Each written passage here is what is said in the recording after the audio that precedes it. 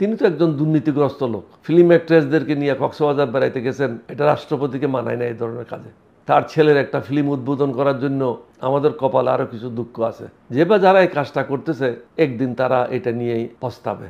চুপ্পু সাহেবের প্রসঙ্গটা আসে, বর্তমানে যে প্রেসিডেন্ট আছেন তার কথাটা যদি আসে, সংবিধানের কথা আসে, সংবিধানের কথা বা চুপ্পু সাহেবের কথা আসলে বিএনপির কথা আসে। বিএনপি চায় না এটা হোক বা চুপ্পু সাহেবকে অপসারণ করা হোক। তাহলে বিএনপি কি চায় না বাংলাদেশে একটা স্থিতিশীল পরিবেশ তৈরি হোক, ভালো একটা নির্বাচন হোক? আমি কারো সম্বন্ধে বলতে চাই না। সর্বপ্রথম আমি দাবি করেছিলাম যে কোবরার সাহেবকে ওখান থেকে সরাইয়া দেওয়া হোক। একজন উপযুক্ত দেশপ্রেমিক ব্যক্তিকে এখানে পদায়ন করা হোক, তাহলে দেশ এবং জনগণ উপকৃত হবে। এখানে বানরের পিঠা ভাগ করলে হবে না। সকলের কাছে গ্রহণযোগ্য, যার বিরুদ্ধে কোনো দুর্নীতির অভিযোগ নাই, দেশপ্রেমিক একজন ব্যক্তি, টেস্টেড একজন ব্যক্তিকে রাষ্ট্রপতি পদে পদায়ন করতে পারে, তাহলে দেশ উপকৃত হবে এবং ডক্টর মোহাম্মদ ইউনূসকেও সাহায্য করতে পারবে। আপনার বডি যদি অর্ধেক লোহা হয় অর্ধেক মাটির হয়, এই বডি তো ফাংশনাল হবে না। বর্তমানে তো এই অবস্থা, কিছু লোহা, কিছু মাটি, কিছু পানি, এই দিয়েই তো আমাদের সমাজটা চলতেছে। এটা তো অচল এখন। এখানে সংবিধানের দোহায় আসা উচিত না। ডক্টর মোহাম্মদ ইউনূসকে যদি পদায়ন করা যায়, উপদেষ্টাদেরকে পদায়ন করা যায়, তাহলে রাষ্ট্রপতিকে পদায়ন করা যাবে না কেন? আমার মনে হয় এটা একটা ভুল চিন্তাধারা। যে বা যারা এই কাজটা করতেছে একদিন তারা এটা নিয়েই পস্তাবে। তাহলে কি 5ই আগস্টের ধারাবাহিকতার ভিত্তিতে প্রশ্নটা করতে চাই যে বাংলাদেশে বা শিক্ষার্থীদের পরিপূর্ণ বিজয়টা এখন আসেনি?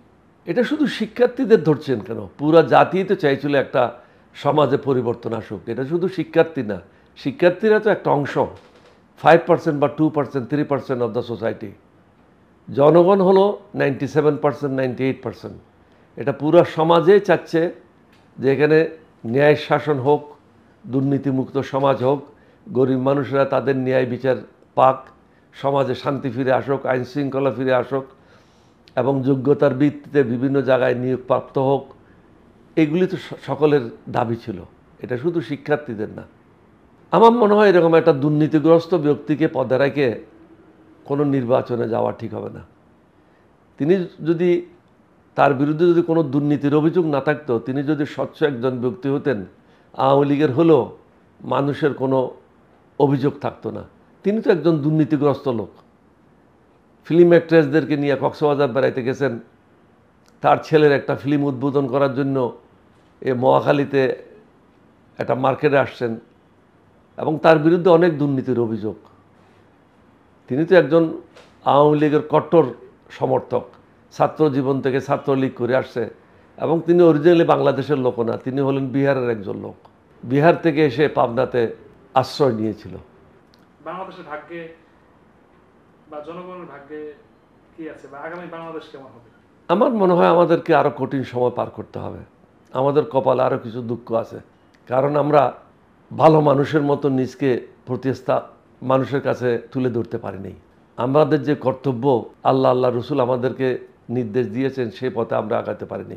আমাদেরকে ব্যক্তিগত স্বার্থের ঊর্ধ্বে উঠে দেশের স্বার্থ দেখতে হবে, দেশের জনগণের স্বার্থ দেখতে হবে। সেটা দেখতে আমরা এখনও ভুল করে যাচ্ছি। একজন রাষ্ট্রপতি এগুলির অনেক ঊর্ধ্বে থাকতে হবে। রাষ্ট্রপতি হলো 18 কোটি জনগণের প্রতিনিধি। তিনি এমন কোনো কাজ করবেন না যেটা জনগণ পছন্দ করে না। তাকে 18 কোটি মানুষের অভিভাবক হিসেবে কাজ করতে হবে, তার ছেলে মেয়েদের অভিভাবক না, তার স্ত্রীর স্বামী না। তিনি হলেন সমগ্র বাংলাদেশের 18 কোটি মানুষের অভিভাবক। তার জন্য লাল কালোর মধ্যে কোনো পার্থক্য নেই, সবাইয়ের প্রতি সমান আচরণ করতে হবে। তিনি ফিল্ম ডাইরেক্টরও না, তিনি প্রডিউসারও না। তিনি তো এখন প্রডিউসারের কাজ করতেছেন, ফিল্ম ডাইরেক্টরের কাজ করতেছেন, নাটকের কাজ করতেছেন।